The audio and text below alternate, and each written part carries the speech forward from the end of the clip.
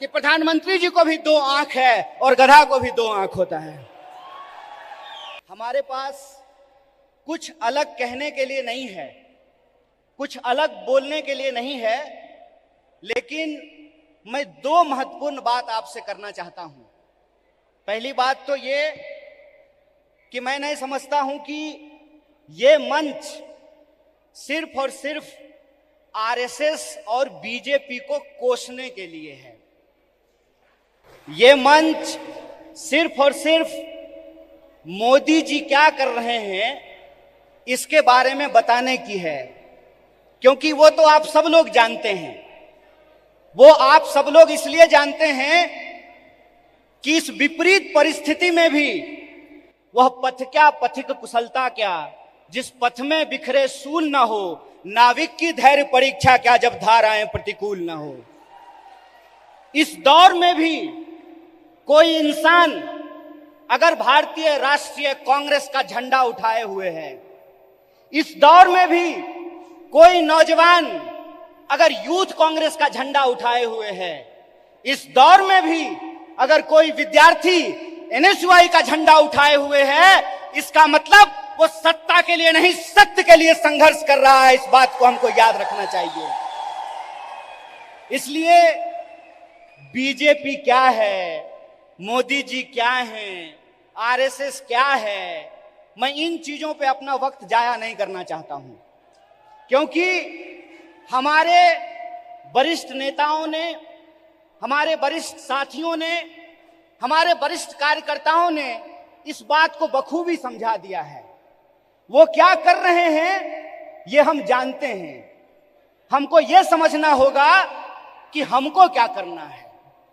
आज जब हम इस कार्यक्रम में शामिल हो रहे हैं, जिस कार्यक्रम का नाम है बेहतर भारत की बुनियाद, तो हमारा फोकस इस बात पे होना चाहिए कि यूथ कांग्रेस का कार्यकर्ता होने के नाते, भारतीय राष्ट्रीय कांग्रेस का कार्यकर्ता होने के नाते, एनएसयूआई का कार्यकर्ता होने के नाते, सेवा दल का कार्यकर्ता होने के नाते, महिला कांग्रेस का कार्यकर्ता होने के नाते, इंटक का कांग्रेस कार्यकर्ता होने के नाते, किसान सभा का कार्यकर्ता होने के नाते हम इस देश की बुनियाद के लिए क्या करना चाहते हैं। इसीलिए आपको अपनी जिम्मेवारी समझनी पड़ेगी। कितना गंभीर दायित्व आपके कंधे पे है, इस बात को आपको समझना पड़ेगा। आज देश की बागडोर पंडित जवाहरलाल नेहरू के हाथ में नहीं है कि जिन्होंने किताब लिखी थी डिस्कवरी ऑफ इंडिया।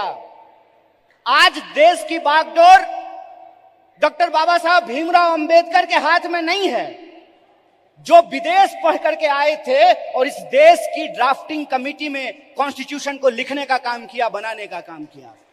आज देश की बागडोर 23 साल की उम्र में हंसते हंसते फांसी के फंदे पे झूल जाने वाले शहीद आजम भगत सिंह के हाथ में नहीं है। आज देश की बागडोर एक ऐसे इंसान के हाथ में है जो अपनी पत्नी की जिम्मेवारी ना उठाया हो, वो देश की जिम्मेवारी उठाएगा।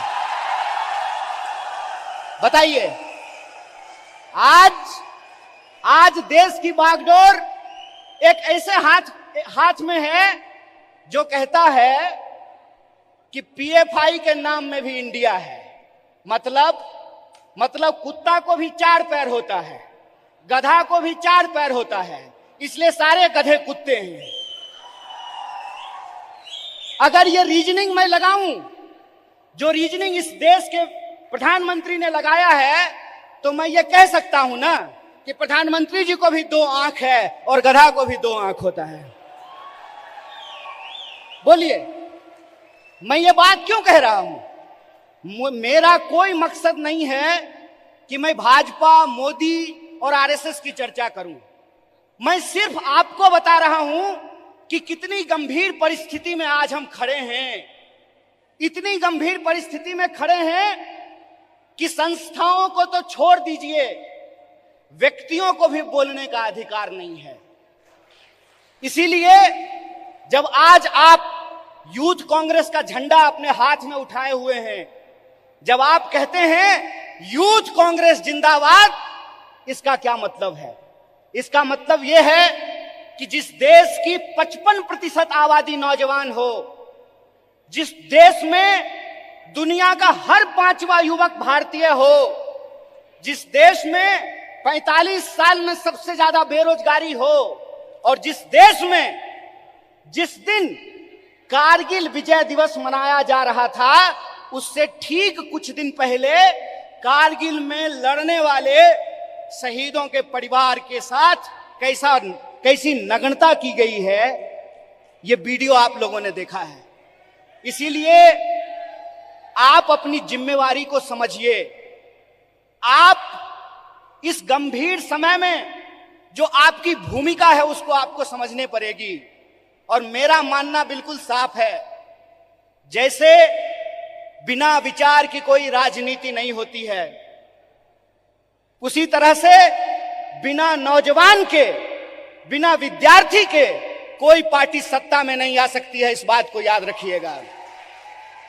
अगर आप चाहते हैं कि इस देश में सत्य का शासन हो और सत्ता पे बैठे हुए लोगों का जो अहंकार है, उस अहंकार को चकनाचूर किया जाए, जिस लोकतंत्र की बुनियाद पर, जिस जमहूरियत के दम पर आज उनको कुर्सी पे बिठाई गई है, अगर आप उनको नीचे उतारना चाहते हैं तो इस बात को आपको समझना पड़ेगा कि इस देश के नौजवानों और विद्यार्थियों को सबसे बड़ी भूमिका निभानी पड़ेगी। अगर भारतीय राष्ट्रीय कांग्रेस शरीर है तो एनएसयूआई और यूथ कांग्रेस को दोनों हाथ मलना पड़ेगा। यह बात हम लोगों को समझना होगा। जब तक इस देश का फर्स्ट टाइम वोटर, जिसके मैसेज में, जिसके स्नैपचैट पे, जिसके इंस्टाग्राम में, जिसके व्हाट्सएप पे झूठ परोस करके, मिस इंफॉर्मेशन परोस करके उनको गुमराह किया गया है, जब तक उनके सामने हम सच्चाई लेकर के नहीं जाएंगे, जब तक हम घर घर नहीं पहुंचेंगे, जब तक हम स्कूल स्कूल नहीं पहुंचेंगे, विश्वविद्यालय विश्वविद्यालय नहीं पहुंचेंगे, तब तक इस सत्ता पे बैठे हुए लोगों को हम सत्ता से बाहर नहीं कर सकते हैं और लोकतंत्र को बचा नहीं सकते हैं। जो सवाल है यहां पर कि भारत का बुनियाद क्या है, भारत का बुनियाद है इंडिया। यह बात हम लोगों को समझना पड़ेगा। भारत का बुनियाद है इंडिया, और वो जो इंडिया है, वो इंडिया एक सोच है, और वो सोच को हमको एक एक कार्यकर्ता को अपने व्यवहार में लेकर के आना पड़ेगा। अगर हम महात्मा गांधी का उदाहरण आपके सामने रखें तो किस तरह का एग्जाम्पल हमको देखने का मिलता है। गांधी जी ऐसे नहीं थे कि बुनियाद भारत के कार्यक्रम में आए हैं, कर्नाटक में सरकार भी है तो थोड़ा फोटो वोटो खिंचा करके चल देंगे, ऐसे नहीं होगा। ये मैं आपकी आलोचना नहीं कर रहा हूं, ये मैं अपनी आलोचना कर रहा हूं। गांधीवादी तरीका यह है कि चंपारण में जब किसान लड़ रहे थे तो गांधी जी शहर छोड़ करके चंपारण चले गए, वहीं आश्रम बना दिया, महीनों तक लड़ते रहे और अंग्रेजों को धूल चटा दिया। ये गांधीवादी तरीका है। 100 समस्याएं होंगी, 100 समस्याएं होंगी, 1000 समस्याएं होंगी। बतौर फ्रंटल ऑर्गेनाइजेशन मैं बार बार कह रहा हूं, भारतीय राष्ट्रीय कांग्रेस तभी मजबूत हो सकता है जब यूथ कांग्रेस और एनएसयूआई मजबूत होगा। इस बात का संकल्प हमको लेना पड़ेगा। और वो मजबूती कैसे होगी? वो मजबूती ऐसे होगी, गांधीवादी तरीके से होगी कि हम एक समस्या को उठाएंगे, लगातार आंदोलन करेंगे, और जब तक सरकार और प्रशासन को झुका न दें, अपने आंदोलन को वापस नहीं लेंगे। ये तरीका हमको अपनाना पड़ेगा। और एक बात याद रखिएगा, जब आप आंदोलन जीतते हैं, जब आप संघर्ष को जीतते हैं, तो टिकट का सवाल अपने आप सॉल्व हो जाता है। यह बात मैं इसलिए कह रहा हूं कि शायद लोगों को इस देश के इतिहास को दोबारा जाकर के देखने की जरूरत है। क्यों? क्योंकि हम उस पार्टी से हैं जिस पार्टी ने इस देश को आजादी दिलाई है।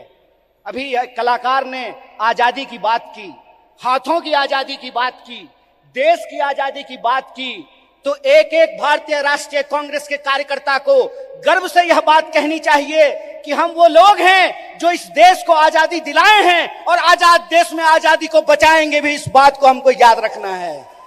और अगर हमने इसका संकल्प लिया है तो मैं एक उदाहरण आप लोगों को देना चाहता हूं, खास करके जो हमारी महिलाएं यहां पे बैठी हुई हैं। जब कांग्रेस पार्टी हार गई थी श्रीमती गांधी के नेतृत्व में, तो उस वक्त लोगों ने कहा था कि कांग्रेस समाप्त हो गया है। उसके बाद श्रीमती गांधी बिहार गई थी, जहां से मैं आता हूं। वहां पे एक नरसंहार हुआ था और श्रीमती गांधी हाथी पे बैठ करके गई थी शोषितों से मिलने के लिए, उन नरसंहार के जो पीड़ित थे उन परिवारों से मिलने के लिए। और उनके साथ हाथी पे बैठी हुई एक महिला थी, जिस महिला का नाम प्रतिभा देवी सिंह पाटिल है, जो इस देश की पहली महिला राष्ट्रपति बनी थी। इसीलिए हम कहते हैं, गीता में भी लिखा हुआ है कि कर्म करो, फल की चिंता मत करो। आज आप यूथ कांग्रेस के कार्यकर्ता हैं, एनएसयूआई के कार्यकर्ता हैं, आपको कर्म करने की जरूरत है। और हमारा कर्म क्या है? हमारा कर्म है अपने विचार पर चलना। और हमारा विचार क्या है? हमारा विचार है इस देश का संविधान, संविधान की प्रस्तावना। और प्रस्तावना कहता है, हम भारत के लोग भारत को प्रभुत्व संपन्न, समाजवादी, धर्मनिरपेक्ष और लोकतांत्रिक गणराज्य बना करके रखना चाहते हैं। इसीलिए जब ये विचारधारा हमारे पास है, इस देश को आजादी दिलाने का इतिहास हमारे पास है, और आज के वक्त में हमको गर्व से यह बात कहना चाहिए कि हम मल्लिकार्जुन खड़गे के सिपाही हैं। हमको गर्व से यह बात कहना चाहिए कि हम राहुल गांधी के सिपाही हैं, क्योंकि राहुल गांधी ने कहा है डरो मत। और उनको डरने की जरूरत नहीं है जो किसी के खिलाफ गलत नहीं किए हैं।